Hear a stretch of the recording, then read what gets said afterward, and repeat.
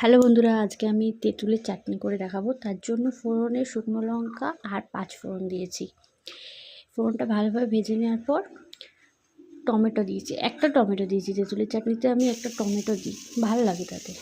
তেঁতুলগুলো ভিজিয়ে রেখেছিলাম, সেই তেঁতুলগুলো দিয়ে তার মধ্যে নুন, হলুদ আর লঙ্কার গুঁড়ো দিয়ে ভালোভাবে কষিয়েছি। কষার পর তেঁতুলটা ভিজিয়ে রেখেছিলাম, যে জলটা ছিল সে জলটা দিয়ে দিয়েছি। ওইটা দেওয়ার পর এবার চিনি দিয়েছি ওর মধ্যে, পরিমাণ মতো যে যতটা মিষ্টি খাবে সেই পরিমাণে চিনি দেবে।